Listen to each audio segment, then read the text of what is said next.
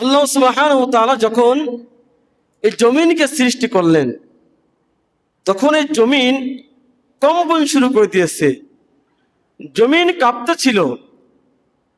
তখন আল্লাহ তাআলা এই জমিনের উপরে পাহাড়কে রেখে দিয়েছে। যখন আল্লাহ তাআলা জমিনের উপর পাহাড়কে রেখে দিল, রাখার সঙ্গে সঙ্গে জমিন স্থির হয়ে গেল। এই বিষয়টা সাহাবায়ে কেরাম জিজ্ঞাসা করলো, এই বিষয়টা নিয়ে সাহাবায়ে কেরাম আশ্চর্য হয়ে গেছে। আল্লাহ রাসূলকে জিজ্ঞাসা করলো, ইয়া রাসূলুল্লাহ, তাহলে পাহাড় থেকে মজবুতি শক্ত কি আছে? আল্লাহ রাসূল বলেন, পাহাড় থেকে মজবুত হল লোহা।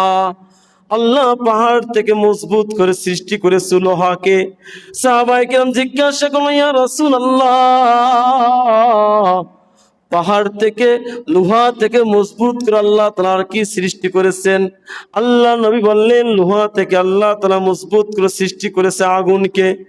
আমার ভাইয়ের, আমার নবীকে সাহাবায়ে কেরাম জিজ্ঞাসা করলো, ইয়া রাসূলুল্লাহ, আগুন থেকে শক্তিশালী করে আল্লাহ তাআলা কি সৃষ্টি করেছেন?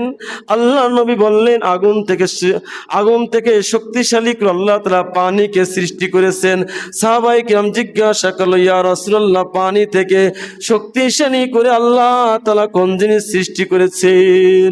আল্লাহ নবী বললেন, পানি থেকে শক্তিশালী করে আল্লাহ তাআলা বাতাসকে সৃষ্টি করেছেন।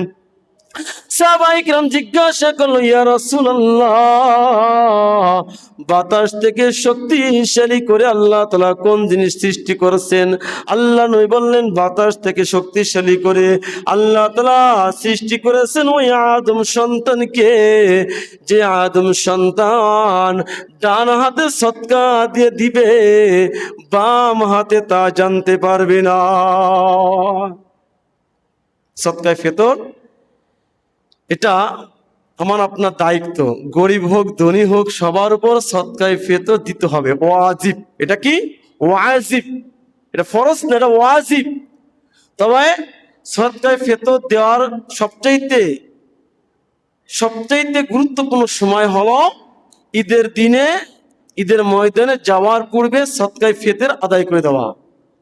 এখন যদি আপনি মনে করেন যে কিসমিস দ্বারা আপনি সদকায়ে ফিতর আদায় করবেন, তাহলে একসা কিসমির দাম হলো 2640 টাকা।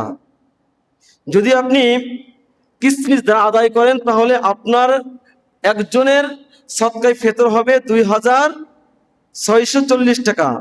যে পনি ধারা আপনি সদকায়ে ফিতর আদায় করেন, তাহলে একজনের সদকায়ে ফিতর হবে 2805 টাকা। যদি আপনি খেজুর দ্বারা সদকায়ে ফিতর আদায় করেন, তাহলে আপনার উপর সদকায়ে ফিতর হবে 2475 টাকা। যদি আপনি জব দ্বারা সদকায়ে ফিতর আদায় করেন, তাহলে আপনার সদকায়ে ফিতর হবে 595 টাকা। আর যদি আপনি গম দ্বারা সদকায়ে ফিতর আদায় করেন, তাহলে আপনার উপরে সদকায়ে ফিতর হবে 110 টাকা। তাহলে সর্বনিম্ন সদকায়ে ফিতর হলো 110 টাকা। 110 টাকা আমরা আদায় করব। এই যে কয়েকটা বিষয় বললাম, কিসমিস ধারা দিলে এক দাম, পনির ধারা দিলে এক দাম, আপনি খেজুর ধারা দিলে এক দাম, আপনি জব ধারা দিলে এক দাম, গম ধারা দিলে আরেকটা দাম। গম ধারা দিলে আপনার উপরে সদকায়ে ফিতর হচ্ছে 110 টাকা। এই জন্য ভাইয়ের আমার, সদকায়ে ফিতর ছোট বড় গরিব দুঃখী সবার উপর ওয়াজিব। যেমন মাহে রমজান মাসে রোজা, গরিব দুঃখী সবাই আমরা ফরজ ইবাদত আদায় করেছি। ঈদের ময়দানে আসব, গরিবদের জন্য ধনীদের জন্য কোনো কি কাতার ভিন্ন আছে? কাতার ভিন্ন নাই। ধনী গরিব সবাই মিলে কি আমরা এক কাতারে কি বিভক্ত হয়ে গেছি, এক কাতারে আমরা দাঁড়িয়ে গিয়েছি, ভেদাভেদ নাই কোনো। ওরকম ভাবে সদকায়ে ফিতরের মধ্যে কোনো ভেদাভেদ নেই। সদকায়ে ফিতর গরিবের উপর ওয়াজিব, ধনীর উপর ওয়াজিব। তবে যারা ধনী তারা চেষ্টা করবেন পনির ধারা, কিসমিস ধারা, খেজুর দ্বারা সদকায়ে ফিতর আদায় করা।